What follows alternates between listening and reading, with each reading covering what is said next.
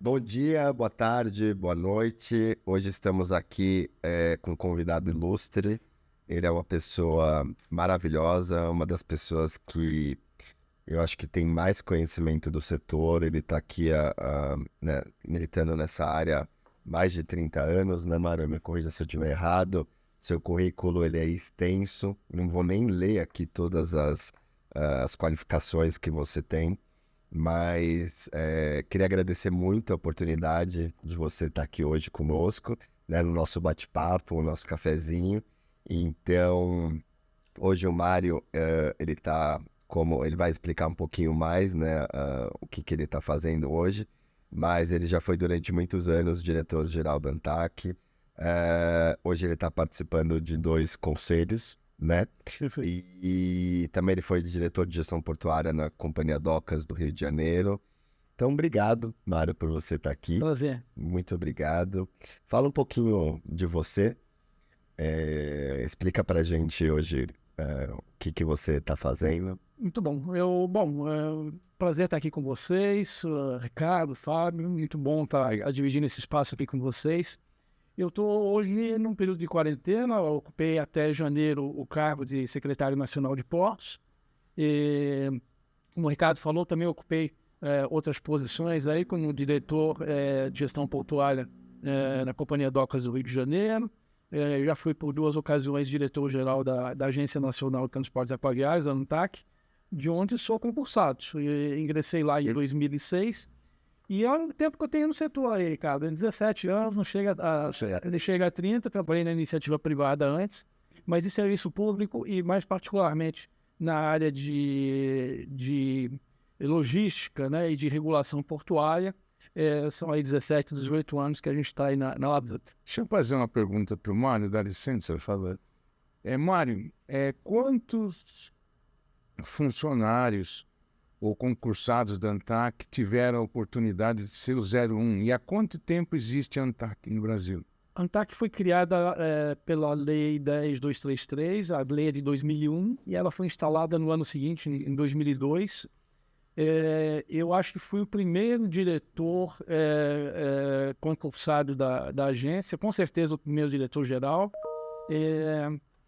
E assim, nós tivemos diretores interinos, né, que ocupam aqueles mandatos que estão em vacância, né, mas assim, que cumpriram assim, o mandato oficial, sabatinado no Senado e tudo. Acho que eu e Flávia, que atualmente está na diretoria da agência. Albert também é diretor, mas Albert não é da carreira da ANTAC, muito embora tenha sido superintendente lá, assim como o Tokash, que também foi superintendente, mas não é do quadro. Eu, com, assim, pequena margem de erro, talvez Flávia e eu somente. Tá. Nesse período que você passou por sabatina, foi uma, duas, ou foi um período contínuo? Não, a sabatina, ela é, vamos dizer, ela faz parte de um rito, né? Quando você é indicado ao cargo de diretor.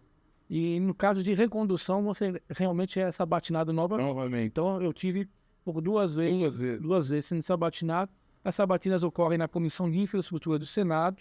Então, no meu primeiro mandato, o presidente da comissão era o senador Fernando Collor.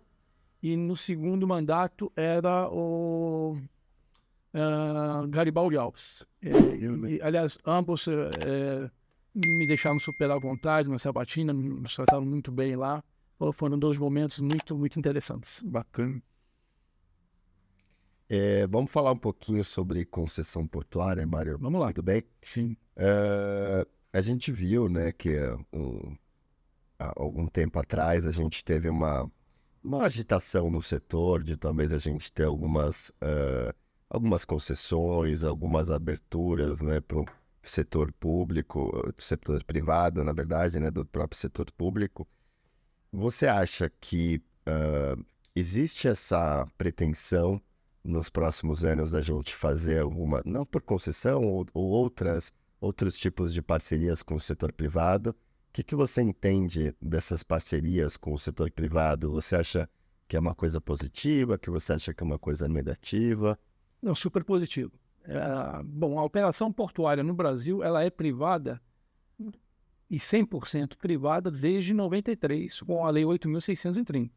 Então, ali, aquele foi um marco, né, onde o Estado brasileiro, qualquer ente federativo, União, Estado ou município, deixou de fazer a operação portuária e, a partir dali, os operadores portuários pré-qualificados, né, todos privados, que começaram a realizar, em estrito senso, as operações portuárias, né, e algo extremamente positivo, porque ali começou então investimentos privados em que a gente chama de superestrutura, né? Ou seja, no terminal portuário propriamente dito. Sim. E ali se instalou um modelo muito parecido com o que é consagrado hoje no mundo, né? O modelo landlord, onde a autoridade portuária ela faz o provimento de infraestrutura comum, né?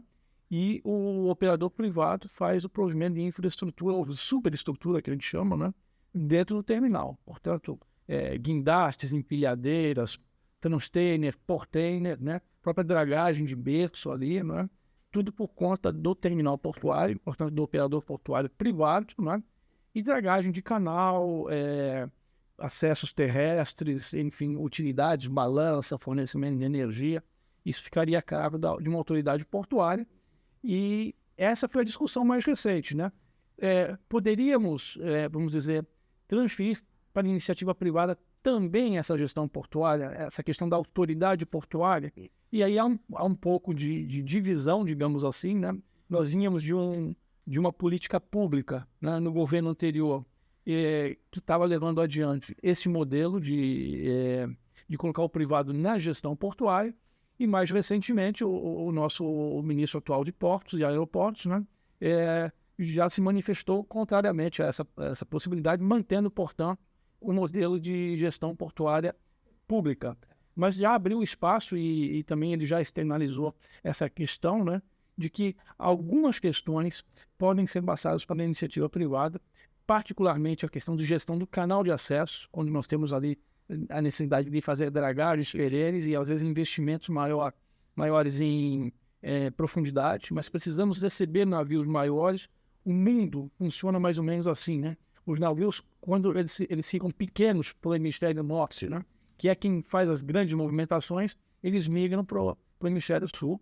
E os navios, que a gente chama de classe 366, né, eles hoje já se mostram próximos da nossa costa e nós precisamos prover essa infraestrutura. Portanto, já temos os berços apropriados para receber esses navios, mas os nossos canais de acesso ainda não estão bem adequados para isso. Então, temos aí um desafio que é dragar e talvez alargar um pouco a geometria desses canais para receber esses navios maiores, que já estão batendo na nossa porta. E os principais portos já estão, vamos dizer, preocupados, se debruçando sobre isso.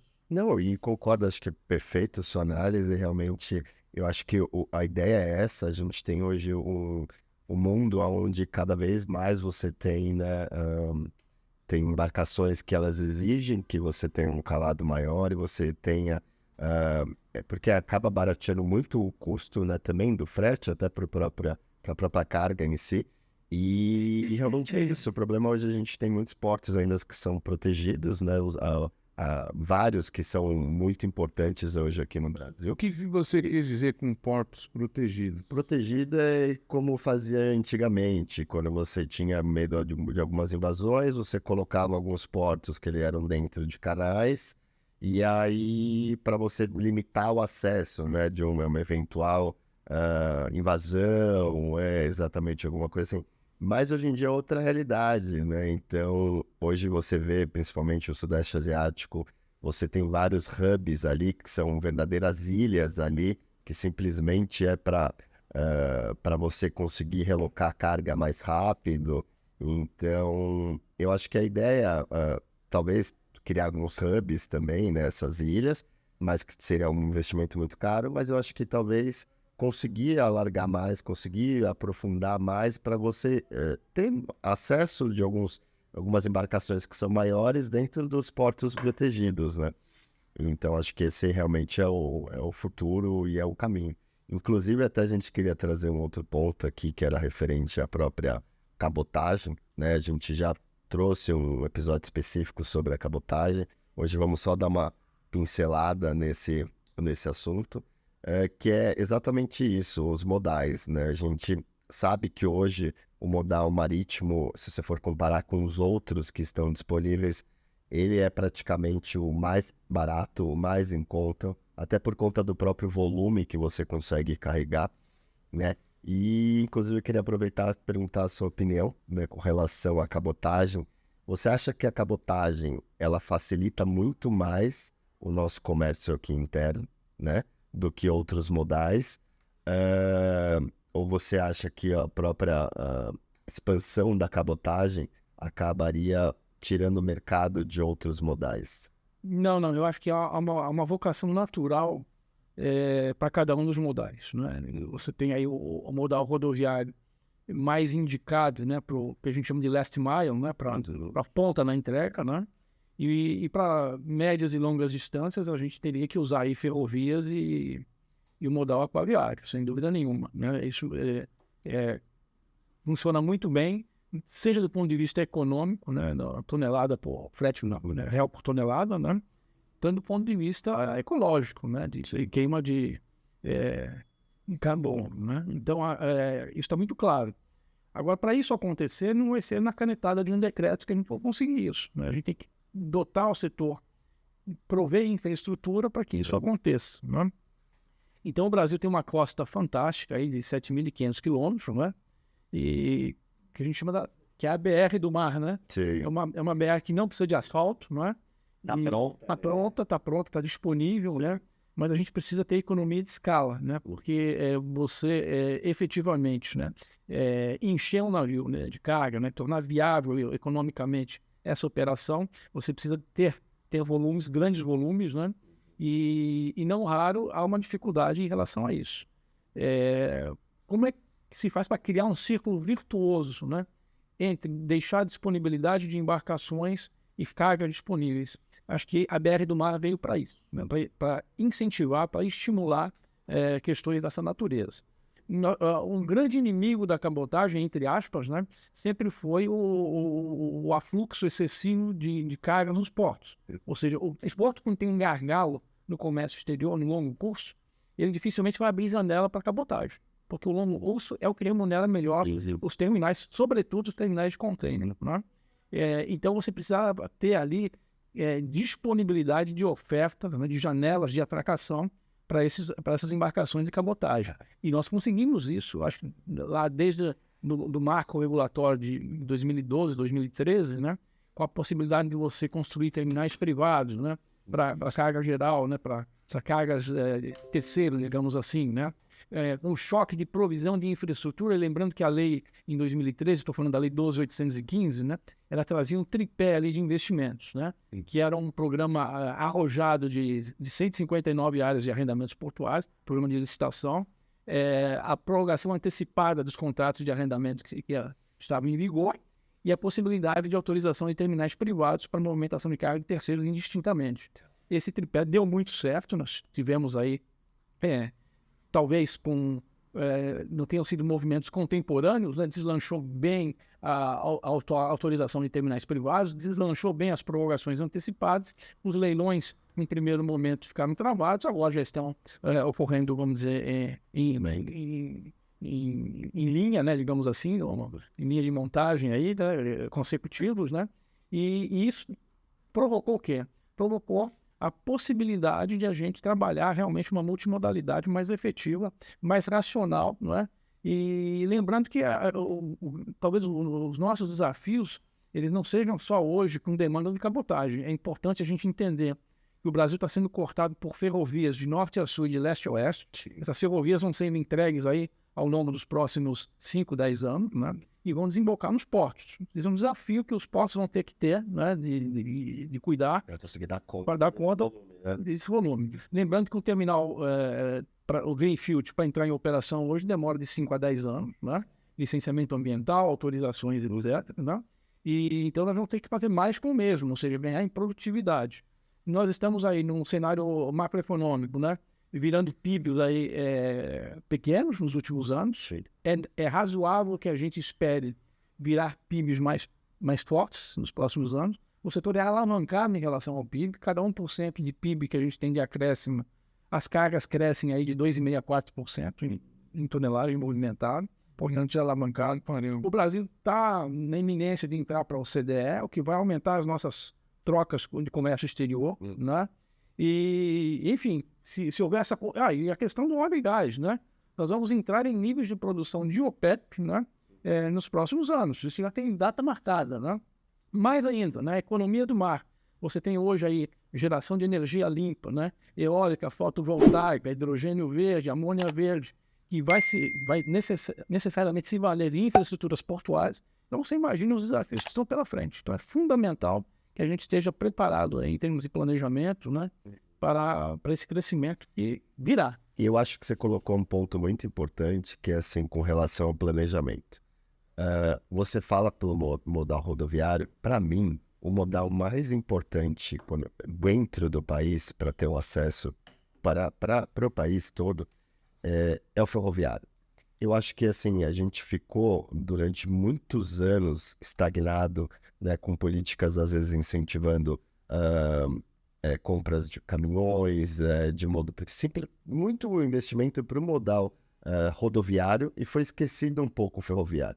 Nos últimos anos a gente viu que está se alterando essa política, está existindo um planejamento para você conseguir aumentar principalmente o modal ferroviário, e eu acho que é o futuro, é o que a gente tem, é o que é a energia mais barata, limpa que a gente tem para dentro, né, do próprio país, assim. Se você for ver, assim, para mim uma coisa milionária já há muitos anos, e a expansão que se teve de Paranaguá é surreal, né? A gente fala muito, às vezes, é muito criticado, né? Algumas Ricardo, nossas. só te fazendo uma correção, né? Tá, Não do crescimento de Paranaguá. tá, Paranaguá é onde nós temos a guerra fiscal, tá. perfeito? Então isso também Sim. foi um dado que tem que ser colocado Também aí. aumentou, ok, mas é a questão que eu concordo. Essa questão macro que ele está colocando do PIB para os portos é um dado que eu não tinha noção. Sim. O PIB cresce 1% e as cargas crescem 3%. 2,5 a 4. 2,5%. Então você veja Tanto a que, diferença. não, tanto que o que eu queria Não estou corrigindo, só estou constatando. comentando. É. O que eu queria chegar é exatamente isso. Eu estava vendo agora um estudo recente, e o agronegócio ele gerou no PIB 25% do PIB. Agronegócio. Agronegócio. E ele é colocado como um vilão. A gente sabe que existem situações e situações, mas hoje, principalmente o Brasil, ele é exportador de commodities, como soja, milho, né? A gente já é um dos maiores exportadores e produtores. Milho a gente está quase passando nos Estados Unidos. E às vezes é colocado como vilão, mas na verdade é o que acaba gerando recurso. Então o que eu acho? Eu acho que, sendo bem sincero, eu fico muito feliz que nos últimos anos teve essa situação voltada ao investimento no setor, principalmente com relação ao comércio exterior, porque é o que segurou a balança. É o que está segurando a balança. Hoje em dia a gente não tem como colocar ou se negar de que o comércio exterior é o que conseguiu alavancar e manter esse PIB positivo, né? Assim, a gente fala de aumento de PIB de 1%, 1,5%, que é realmente muito, muito ruim. Óbvio, a gente tem o cenário da pandemia, né, da guerra da Ucrânia, mas se não fosse as exportações, se não fosse o comércio exterior, a gente nem isso estaria. Exportar é o que importa. Então. Agora, deixa eu fazer uma pergunta para o Mário, aproveitando esse período que ele ficou e até hoje é funcionário de carreira da ANTAC. Eu acho que isso é muito importante ressaltar. Mário, nesse período que você trabalhou desde o início da ANTAC, quais os pontos mais complicados para a ANTAC administrar? É concessão dos portos, é a questão do demurrage, é armazenagem, voltados ao comércio exterior. Essa parte dos portos, é claro, é uma questão macro, mas na questão assim do comércio exterior, que aflige os importadores e exportadores e a própria segurança jurídica do nosso dia a dia. No cada momento, Fábio, da agência, né, você vive uma situação, né, uma contingência, né? Acho que o primeiro desafio da Antártica foi se mostrar ao mercado, se impor ao mercado, né, ela vem no modelo...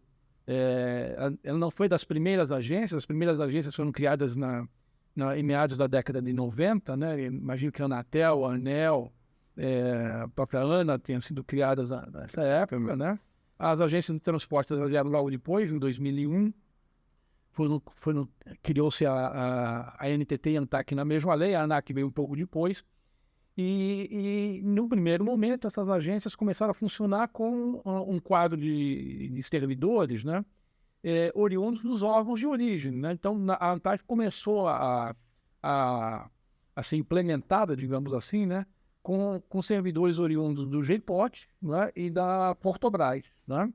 Que notadamente tinham um viés de um lado de planejamento e do outro lado de execução de obras, né? Mas ninguém da regulação, né? A regulação era uma coisa nova no setor, né? Então a agência não começou inicialmente como uma agência reguladora, né? Ela começou como uma agência voltada para resolver questões legais, digamos assim, de ocupação de área portuária. Essa foi a primeira questão. E do lado da navegação tinha o pessoal que era da... Ocupação de área portuária. Você vê que frase... Era essa a questão, tá certo? Você tinha contratos vencidos ali, contratos operacionais que não eram oriundos de licitação, né? Então esse foi o primeiro desafio da agência, né? Colocar a casa em ordem, né? Na parte da navegação, né? Tinha o pessoal do mercante, né? Que veio trabalhar na agência também, da Sunaman, né? E na parte de navegação, a mesma coisa, né? Como implementar a política pública da Lei 9432, né? A questão envolvendo a proteção de bandeira, a questão de estimular frotas, né? Que não é nada diferente do que nós estamos trabalhando na BR do Mar hoje, tá certo? Né? A BR do Mar apenas se voltou para um problema histórico, né? Se debruçou sobre um problema histórico, que é o desenvolvimento da cabotagem, né? Mas a Lei 9432 está aí desde 97, né? E ainda é a política pública, uma lei inteligente, uma lei muito bem elaborada para os fins que se propõe, né? E, bom, então essa primeira etapa, Fábio, da agência foi nesse sentido. Quando a coisa, vamos dizer, se arrumou, né? A gente já tinha ali as fiscalizações realizadas, tinha tudo bem mapeado, né? Nós entendemos que era um momento, estou falando mais ou menos já de 2014, 2015, né? De voltar um pouco a visão para o usuário do porto. Bom, então vamos agora ver como é que está o nível de serviço, não é? Então foi aí que nós começamos a conversar mais com esse usuário, que é alguém que está capilarizado, às vezes está 300 a 500 quilômetros no porto, né? E ver quais são as suas agruras, né? E aí então começamos a trabalhar alguns normativos, né? De proteção do usuário ou de regras, né? De proteção do usuário, né? A agência nunca teve a pretensão de adentrar numa relação privada entre carga e transportador e terminal portuário. É uma relação privada e a agência não pretende, vamos dizer, entrar nessa esfera. Mas ela, entendendo que, às vezes, as informações, né, considerando que é um mercado que, se não atua em monopólio, atua em oligopólio, não é importante que o usuário tenha acesso à informação, buscando sempre o quê? Previsibilidade. Tá certo? Eu estou contratando um frete, né? Eu preciso saber mais ou menos, olha, se a minha expectativa é pagar 10, né? E ele custa 11 ou custa 9, tá tudo em ordem, tá certo? Agora, se a minha expectativa é pagar 10 e ele custa 22, isso já começa a ter um problema, né? Imagine a gente cria uma política pública interessante de estimular pequenas empresas a realizar exportações, né? A primeira exportação que esse empreendedor faz, ele já toma uma invertida dessa, né? Ele toma um trabalho construído, né? Vai à ruína, por quê? Porque não se tinha ali transparência de custos, etc. Isso foi o que nós buscamos fazer, mas sempre atuando nesse quadrante, né? O abuso, né? Evitando entrar nas relações comerciais, mas tentando trabalhar com cláusulas, evitar cláusulas abusivas, contratos de adesão com cláusulas leoninas, enfim, nessa linha. Né? E só um detalhe, eu sei que você vai querer discorrer mais sobre, mas acho que você falou, acho que você foi perfeito na sua colocação, é transparência. É o usuário saber o que ele está contratando, o quanto que ele vai pagar. Óbvio, existem outras situações, às vezes você não consegue essa liberação, você tem alguns custos que não estavam previstos e às vezes ele não teria nem como se prever, Mas eu acho que sempre quando a pessoa contrata um serviço, ela tem que saber o quanto que ela vai pagar, né? Até porque se você não está satisfeito com aquela cotação ou com aqueles valores que foram descritos, você procura outro player, né? Então, eu acho que perfeito. Eu acho que a questão mesmo é da transparência.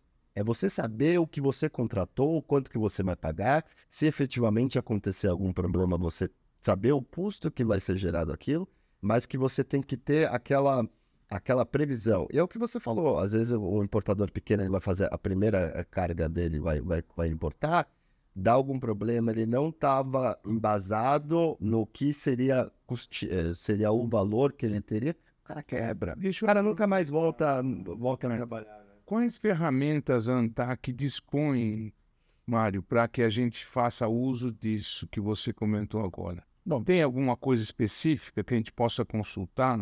Algum link que você se recorde? Sim, é todo um arcabouço normativo da agência cuidando disso, né? Eu não vou lembrar das novas, as resoluções elas foram todas objeto de atualização, né? Tá? Por conta do próprio fato daquele fardo regulatório, foi tudo revisto, né? Para tirar excessos inutilizados, etc. e tal. Se eu der algum número de resolução aqui, provavelmente ela já está substituída por outro, né? Mas nós tivemos a RN01, a RN05, a RN18. Né? Essas reuniões, essas resoluções trataram já de uma maior aproximação com o usuário. Né? A questão as próprias normas de fiscalização da agência, né? Elas tratam também de prever ali cláusulas de sanção. Né? No caso, esse músico lembra especificamente de alguma norma? Sim, a 3274, acho que era uma delas. E tudo isso tem um novo número, viu, Fábio? A N18 também prevê ali. Outra é o número, que é outro número agora que foi substituído também, não vou me recordar. Existe lá várias sanções que a ANTAC... Deixa eu comentar um caso prático para o Mário. Há 15 anos atrás, Mário, eu atuando como despachante de uma empresa de Sorocaba, tivemos uma mudança no Armazém Santos. Era para o determinado container cair, né, ou ser descarregado no Bandeirantes, e ele foi para o Libra. Estou citando os nomes porque não tem nenhum problema. O Libra, na época, cobrava uma armazenagem muito mais cara. E como o meu cliente não tinha tabela com aquele armazém, ela se tornou abusiva. Eu, inconformado com aquela situação e receoso em perder meu cliente, liguei na ANTAC e fui direcionado para o setor de denúncia, mas não é denúncia. Ouvidoria, perdão. Fiz uma reclamação por e-mail, se instalou um processo. Depois de 2 anos, para minha surpresa, eu recebi um comunicado da ANTAC que o Libra ia devolver R$18 mil naquela armazenagem abusiva. Aquilo me arrepiou. Eu achei aquilo fantástico. Primeiro porque a gente via a regulação funcionando, os órgãos governamentais justamente demonstrando isso que você está colocando hoje. Meu desgaste com o cliente, perdi o cliente, essa situação não se discute, mas veio a contrapartida, a gente vê que vale a pena a gente,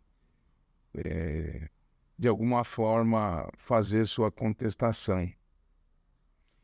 E recentemente, eu te coloco, a gente hoje tem muito mais essa sequência de problemas, principalmente com tabelas, carga solta, container. E esse retorno hoje da ANTAC ele não vem na mesma velocidade que vinha naquele período. Eu estou te colocando isso porque hoje você tem a inversão. Um container custa R$2, R$3 mil.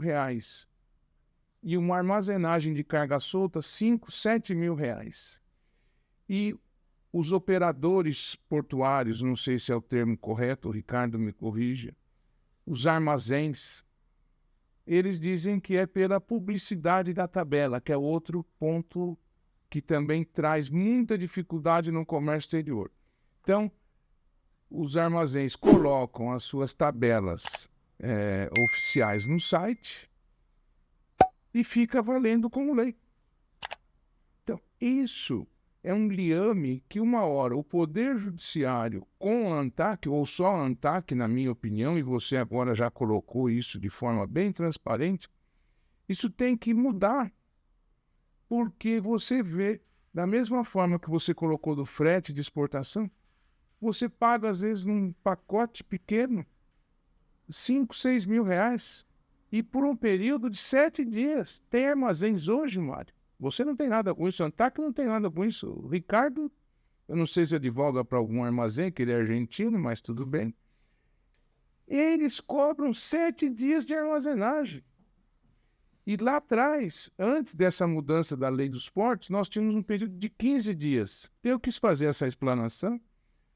E sem falar do demurrage, né, que depois o Ricardo vai comentar por último, que é o assunto preferido dele. Mas essa questão das tabelas, dos valores e principalmente da ouvidoria. O importador, o despachante, o operador de comércio exterior, como é que ele faz para chegar?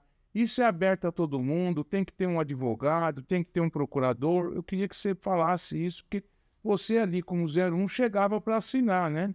Ou isso não chega para você, fica ali nos setores menores? Bom, a própria norma ela prevê infrações leves, né? Há instâncias que não chegam à diretoria. Tá. Talvez no último recurso, né, no pedido de reconsideração, né, vá até a instância da diretoria. Mas infrações leves normalmente não chegam na instância de diretoria. Bom, o que acontece hoje? Quando você fala em tabela, né? Nós temos tabelas públicas e temos tabelas privadas, né? O que se exige hoje, e essa é uma exigência contratual, está dentro do contrato de arrendamento, né? Que o terminal dê publicidade aos seus preços, né? Portanto, isso é uma questão contratual entre o poder concedente, que hoje é um ministério, né? Talvez o porto, né? E o arrendatário, que é o terminal portuário. Há uma outra tabela que é pública, essa é regulada pela ANTAC, que é a previsão de infraestrutura. Então, são as tabelas das autoridades portuárias, das companhias docas.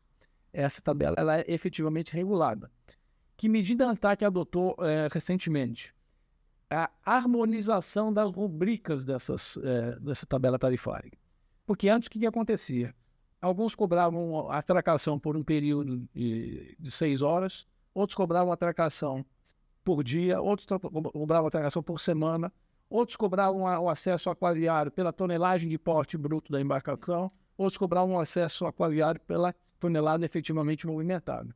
Então a ANTAC definiu um padrão, quer dizer, colocou isso dentro de uma agenda regulatória, fez análise de impacto regulatório, fez consultas públicas, depois de 3, 4 anos discutindo isso com a sociedade, né, chegou ao modelo tarifário padrão, e abriu um prazo para as autoridades portuárias implementarem isso. Esse prazo terminou em janeiro do ano passado. E hoje, todas as autoridades portuárias estão com esse mesmo modelo, ou seja, mais ou menos o que o Banco Central fez anos atrás com as tarifas dos bancos, né? Quer dizer, o mesmo padrão. Então, hoje é possível você comparar, né, quanto custa uma atracação em berço público em Paranaguá, vis-a-vis com Itaqui, vis-a-vis com Rio Grande, com Santos, etc. e tal, né? Ou seja, está tudo dentro de um mesmo modelo, de um mesmo padrão, né? É possível que um armador internacional, né, ele verifique essa questão dessas tabelas, tá certo? Que são reguladas pela agência. Aí não tem custo de praticagem, não tem custo de rebocador, não tem custo de armazenagem de produto dentro de área privada ou de área arrendada, né? Por quê? Porque isso a gente não chama isso de tarifa, a gente chama isso de preço, né? E na regulação dos preços, a agência tem atuado apenas na questão de abuso de poder econômico, tá? Apenas em questões abusivas, e atua exatamente nesse sentido, né? Com uma reclamação na ouvidoria, uma fiscalização ao caso concreto, né? E na medida que essas situações criam um volume, né?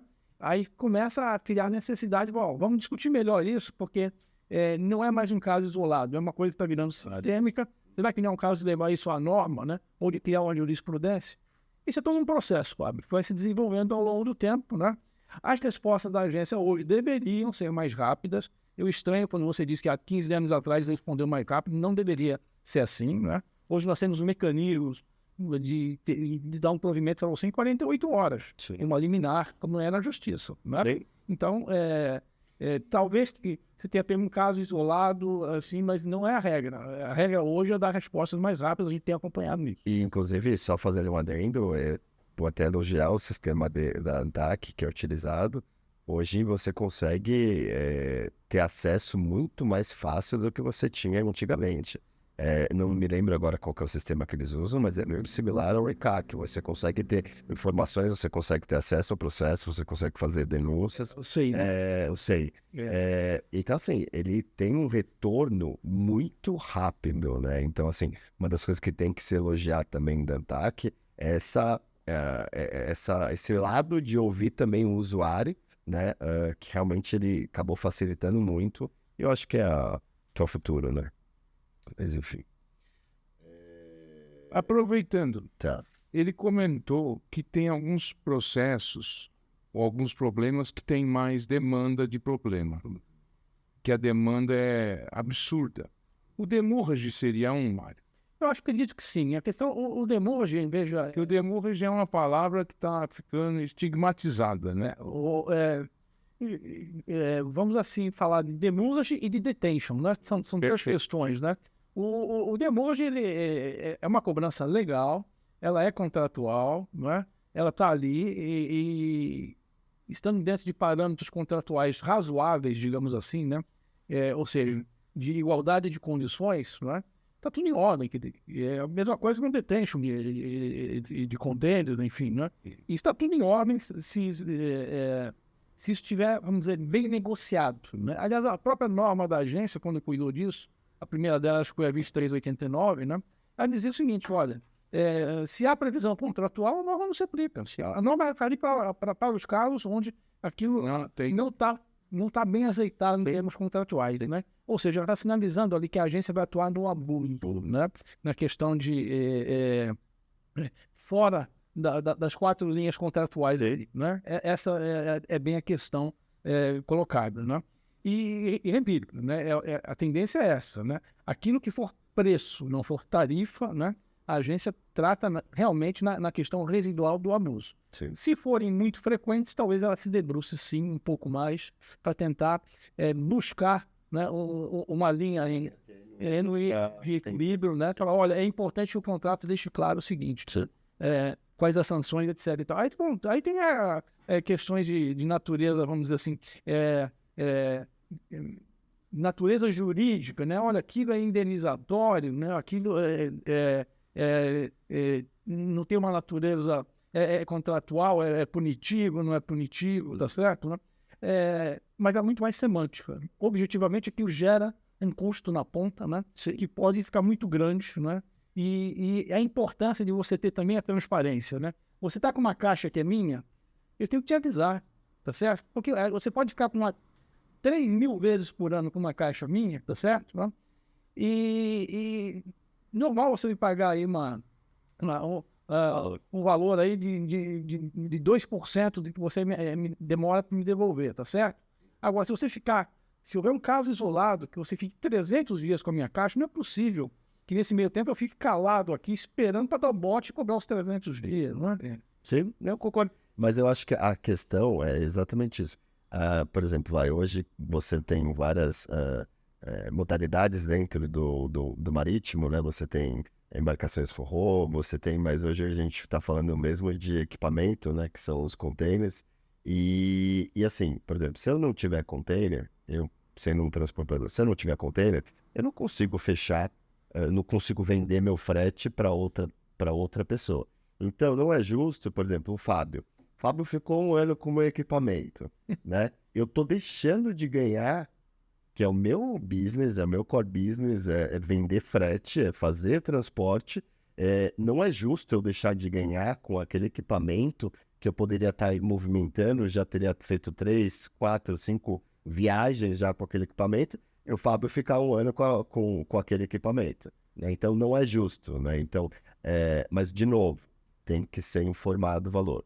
Tem que ter, no ato da contratação, o seu free time que é estabelecido, você tem que negociar suas diárias de demurrage e tem que ter a previsibilidade. E a gente tem hoje no mercado vários instrumentos para conseguir se cobrar demurrage. Pode ser, às vezes, numa proposta, pode ser no booking, pode ser no termo de responsabilidade que o Fábio ama, né? Pode ser na tabela que é pública, né? A tabela pública não tem. Não, pública que eu digo publicamente,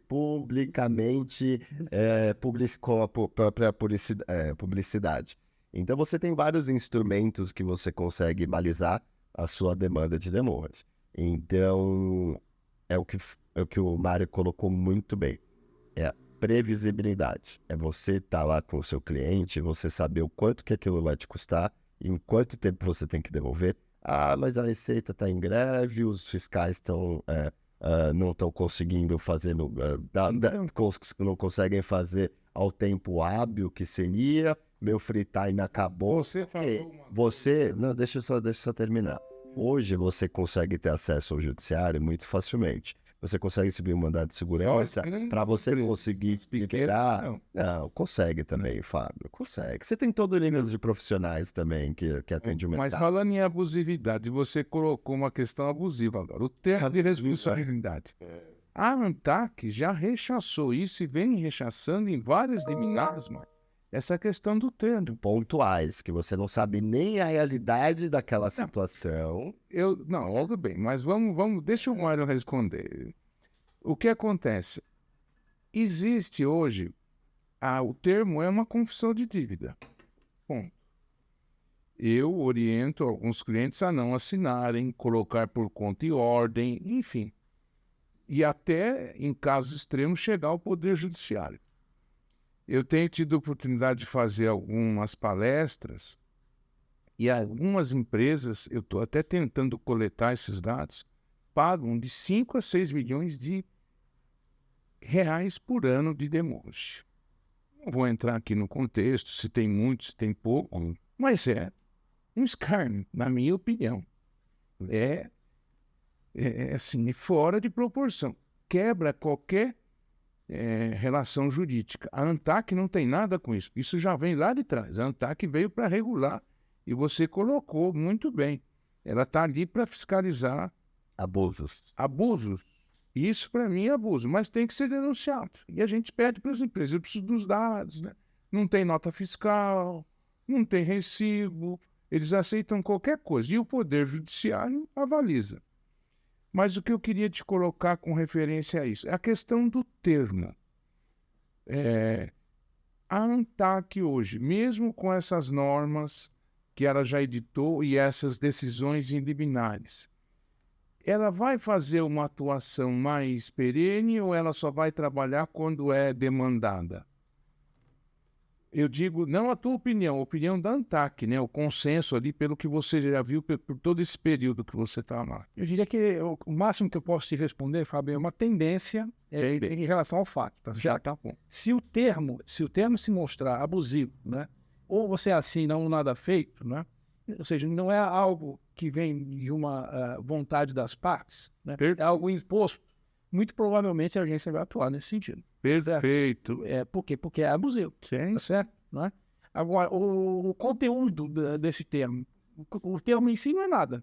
É o que está lá dentro, tá certo? Está lá dentro olha, você vai pagar o que eu cobrar, não é? Então aí você acaba falando, não, olha, ele topou. Não é? Mas em que condições ele topou? Isso é o contrato de adesão, não é? Ou foi algo conversado entre as partes? Eu acho que aí que está a questão, né?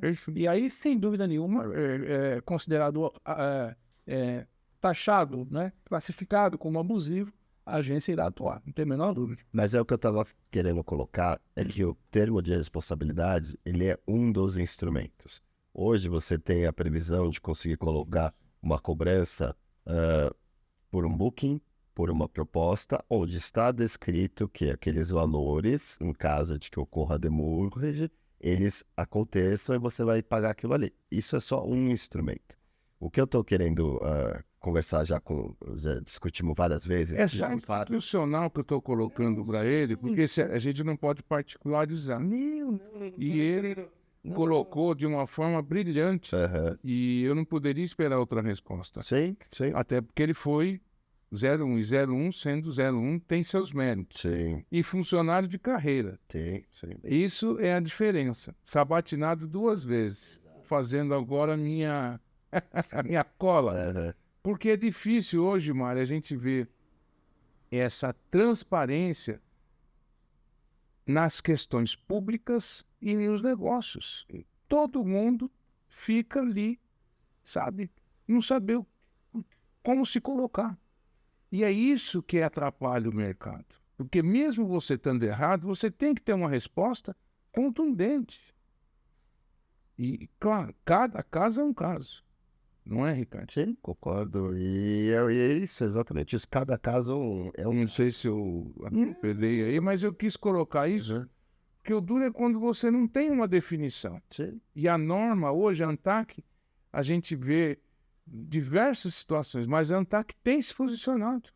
Tem se O posicionado. que eu estava querendo colocar é o seguinte: hoje ali, seja o agente de carga ou seja o armador, ele tem 2 mecanismos para travar, 3 na verdade, 3 mecanismos para travar a liberação da carga. Então me explica. Tem base legal? Lógico que tem. A variável. Calma, deixa eu te explicar. A variável grossa, ausência de pagamento de frete. Varia grossa é outra coisa. Não. O que eu estou querendo colocar é que hoje o armador ou o agente de carga, bem. ele tem 3 situações onde ele pode bloquear os Siscomex. Ausência de pagamento de frete, no caso de ter uma varia grossa, ou com a apresentação do BL original ou Telex Release que vem da origem. Então você é a favor do bem original. Óbvio que eu sou a favor de tudo. Decretinho e argentino. Enfim, mas o que eu tô querendo te dizer é que somente nessas 3 situações que o armador ou o agente de carga, ele consegue manter. Fora isso, qualquer outra situação é ilegal e não pode ser conseguido. Gravem, hein, gente? Gravem e usem nas peças o que o Dr. Ricardo está falando hoje. Eu tô só lendo a literatura, é só isso, perfeito. entendeu? É só isso. Então, assim, o que é feita com essa informação, aí depende do cliente final, entendeu? Agora, você vai lá, você assina, você libera, né? Você tem conhecimento daquilo que foi cobrado, e aí você não consegue devolver aquela mercadoria por algum motivo que aconteceu, cara, desculpa, realmente é complicado, né? Então, é o que o Mário colocou muito bem. Acho que se tornar abusivo, realmente é. O demurrage, Mário, é o assunto mais controvertido na área do comércio exterior? Não da regulação do comércio exterior lá dentro da ANTAC ou tem alguns outros? Não, eu acredito que seja o que mais demanda, né? Repito, né? Nós já tivemos em outras etapas, né? A questão tem também a questão daquela taxa de segregação Do container? THC2. Isso também é um assunto que ainda demanda bastante agência. Há decisões judiciais transitadas em julgado para todo lado. Exato. Né? É isso aí. E essa questão de harmonização entre as decisões administrativas, né, e as decisões judiciais, seria muito interessante chegar a um consenso disso, né, para a vida continuar. Né? E que caminho você indica para isso? Olha, eu acredito que a cobrança ela é devida, né? Ela é devida. Não, no caminho da harmonização entre o judiciário com a decisão da ANTAC. Bom, isso também é um processo de construção, né? A gente tem, eu sou conselheiro de um fórum aí do Brasil Export, né? A gente tem trabalhado muito, principalmente a relação capital-trabalho hoje, né? Esse fórum é o Infrajur, né? fica em Brasília. Esse fórum ele é itinerante porque o Brasil Export tem o Santos Export, tem o Sudeste Export, tem o Nordeste Export e agora também tem os fóruns locais, né? E hoje a gente já tem aí desembargadores do Tribunal do Trabalho, né? Já temos ministros do TST que participam disso para entender porque essa relação trabalhista dentro do setor portuário ela é sui generis, né? Total. E acho que isso poderia ser estendido, né? Também para essa questão envolvendo temas mais polêmicos. Até convidaria vocês, né, para trazerem esses temas para um debate Quero ver se a gente pega um atalho aí Sim. para chegar em consenso. Acho que isso é muito interessante. A ANTAC, evidentemente, né, tem a sua linha de trabalho, tem a sua linha de entendimento. O judiciário, por sua vez, também tem a sua linha de entendimento, mas trazer um debate para um fórum neutro, né, Sim. onde você discute tudo em tese, né, não tem ali debate, mas tem ali as questões. Eu acho que é muito positivo. Eu acho que é muito positivo. Não, legal, obrigado. Sim, se tiver essa oportunidade, a gente com certeza aceita sim.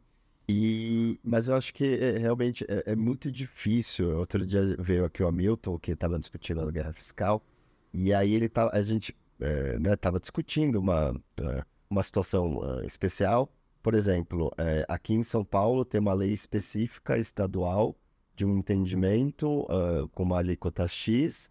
Só que o STJ, nosso Superior Tribunal de Justiça, ele tem um outro entendimento.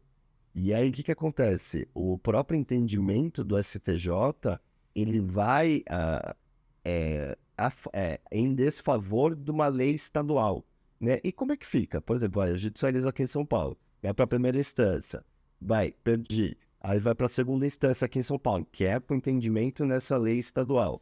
E aí, se eu perder, eu vou para o STJ, aí eu vou reverter essa situação porque ele tem um entendimento diferente de uma lei estadual aqui de São Paulo, entende? Então, é difícil a gente conseguir chegar nesse Uma segurança jurídica. Isso, porque assim, eu até discutindo com ele, falei, tá, mas e aí, como é que faz? Ele, reza para a outra parte não recorrer para o STJ para manter aquela decisão. Eu falei, porra, mas isso aí, como é que fica? E a segurança jurídica?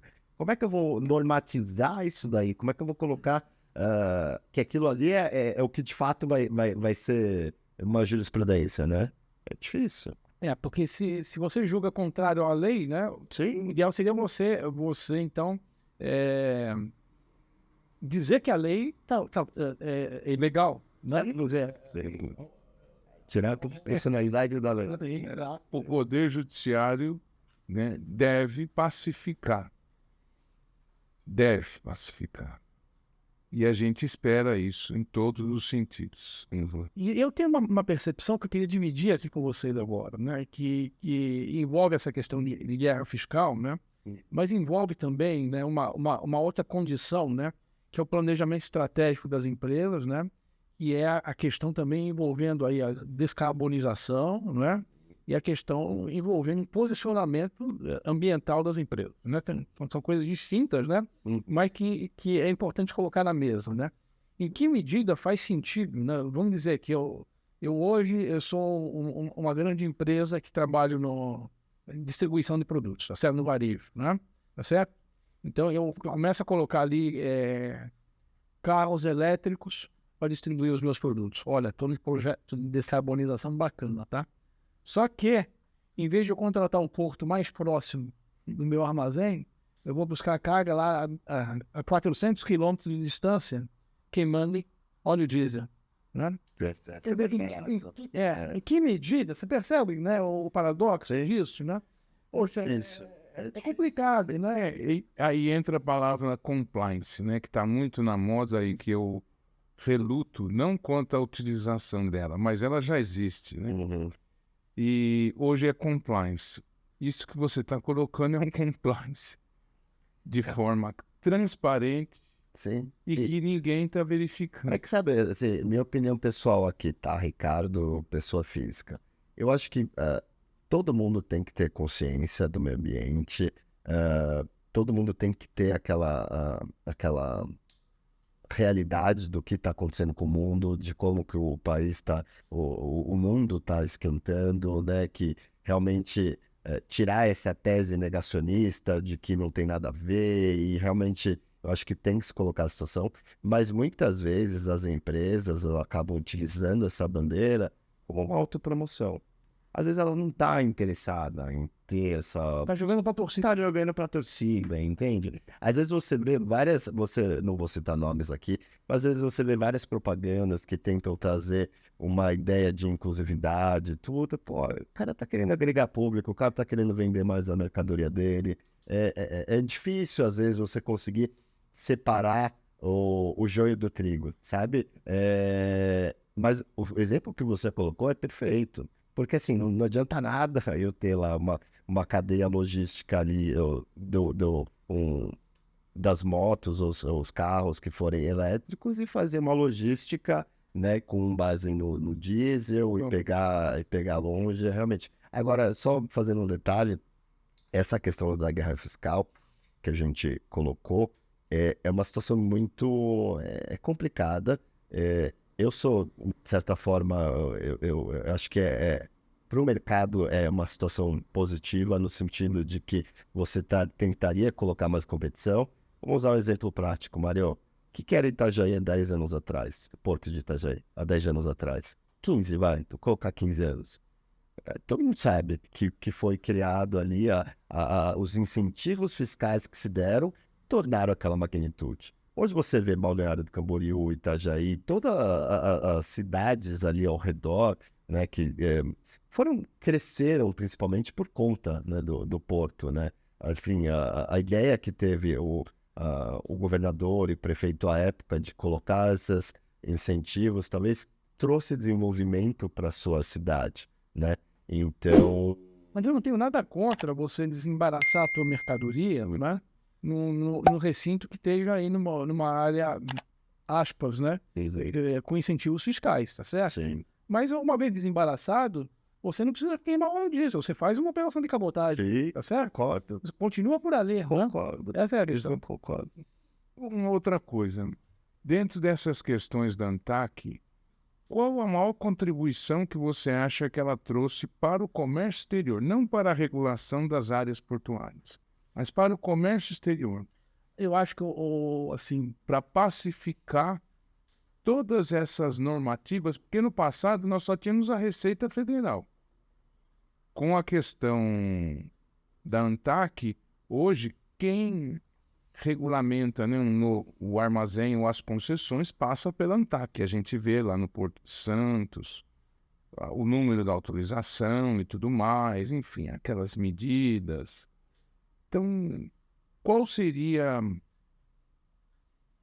assim, a grande contribuição que a ANTAQ tem hoje com o Brasil? eu acho que vários tijolinhos aí. Não dá para dizer que foi uma. Cite 3. Olha, a primeira questão eu acho que foi você diagnosticar, né, uma situação de ocupação de área nos portos, né, e você trazer isso para dentro de uma realidade, tá certo? Então foi dito lá claramente, olha, os contratos de arrendamento que eram formulados anteriormente são ruins, tá certo? Alguns contratos de arrendamento eram escrituras públicas.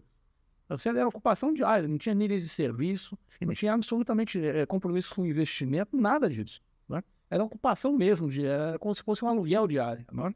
Então, você vem desenvolvendo. Como as terras indígenas hoje. Sim. É lá de trás, vai ficando. Sim. A outra questão é como você traz isso para dentro de um modelo, né, que vale do Oiapoque ao Chuí, tá certo? Né? Dentro de realidades distintas. Porque você tem cada palmo de chão disputado a peso de ouro em Santos, tá certo? Sim. E você tem áreas disponíveis em Vila do Conde, né? E a regra é a mesma, é licitação, licitação, licitação. Você começa a desenvolver mecanismos, né, que flexibilizem isso. Olha, se eu tenho uma área disponível, né, eu tenho um interessado, para que eu vou fazer a licitação dessa área se só tem um único interessado e eu já tenho uma metodologia consagrada de evaluation, ou seja, de definir o valor de outorga? Para que eu vou contratar isso na B3, levar para um leilão que é caro, né? Desenvolver um estudo que é caro, né?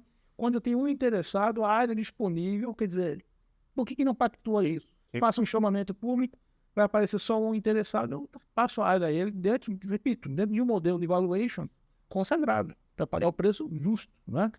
Desburocratiza muito, né? Desburocratiza, você não demora a aprovar esse investimento, gera emprego, gera renda, gera provisão de infraestrutura. Veja que é todo um ciclo virtuoso nisso.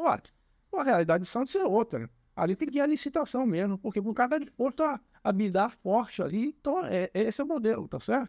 Então, você estratificar essas condições, provocar um convencimento no Tribunal de Contas, né? No poder concedente, levar isso a uma política pública, né? Uma questão regulatória, né? E a agência não faz política pública, ela implementa a política pública. Quem formula é o Ministério.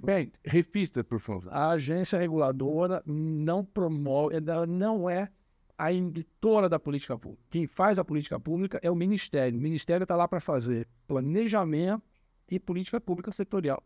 A agência, ela implementa. Tanto é que há 2 tipos de decisão da agência que você pode administrativamente invalidar em âmbito ministerial. Quando ela é ilegal e quando ela é contrária à política pública. Então, a agência, ela vem da política. Entra com o recurso hierárquico e próprio de, olha, a ANTAC tomou uma decisão aqui que é contrária ao que o governo está pensando, tá certo? E essa decisão pode ser reformulada em âmbito ministerial. Essas 2 condições é indicado no recurso hierárquico impróprio.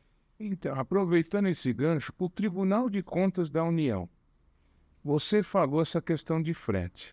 Uma exposição que eu tive a oportunidade de fazer sobre questões de frete, de multas e tudo mais, o presidente da AEB, se não me engano, ele deu uma entrevista onde ele trazia algumas decisões do TCU, onde ele falava que o único que poderia intervir nas questões do frete, dos aumentos abusivos, era o Tribunal de Contas, ou a ANTAC, mas a ANTAC ficava inferiorizada a essa relação.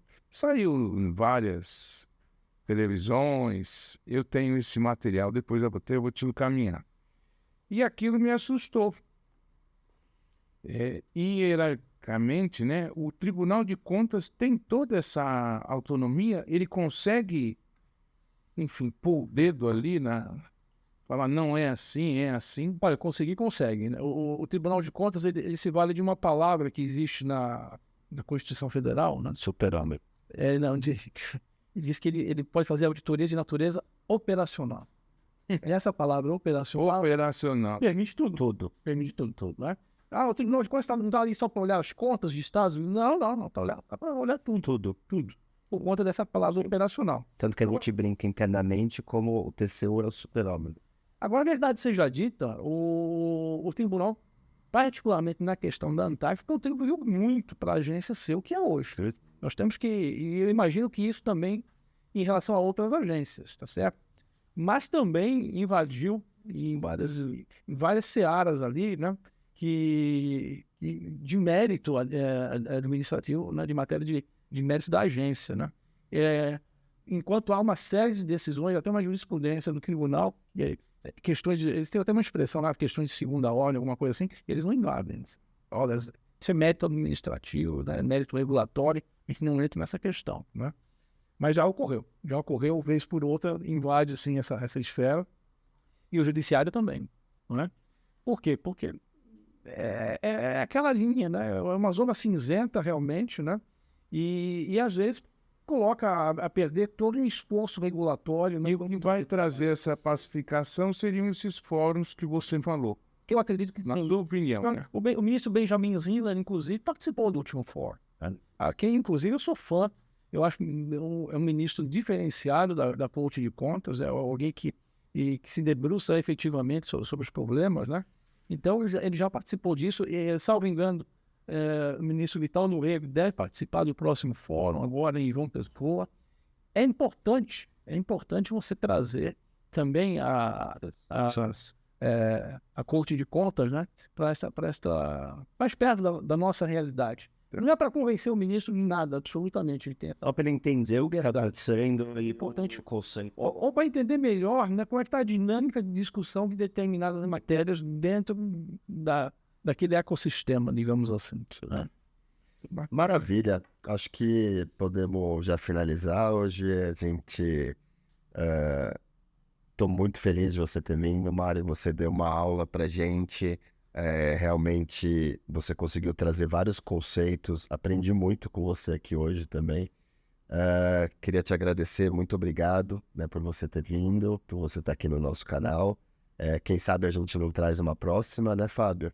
Nós temos que fazer um pinga-fogo com o Mário. Pinga-fogo? Porque ele é de uma elegância extrema. Essa é a verdade. Mas é um prazer estar aqui com vocês. Eu acho que foi um momento muito agradável aqui. Eu acho que a gente vive um bom momento no setor do comércio exterior brasileiro. Aquelas condições todas que eu coloquei para vocês vai trazer muito mais trabalho para vocês, né? e muito desafio para a infraestrutura brasileira, né? E para a nossa burocracia também, né? Tá bom e tá ruim. Sim. Então, acho que nós vamos ter aí bons tempos para o Brasil. Acho que o país está caminhando aí. Oxalá nós tenhamos aí uma taxa de juros mais condizente com a realidade e a gente vai voltar a crescer. E crescer envolve aí uma série de desafios para nós aqui no setor de logística, não? A maneira de Tá bom. Viu, Mário? Obrigado, você que está nos assistindo, e até a próxima. Um abraço argentino aí. Tchau, pessoal. Um abraço.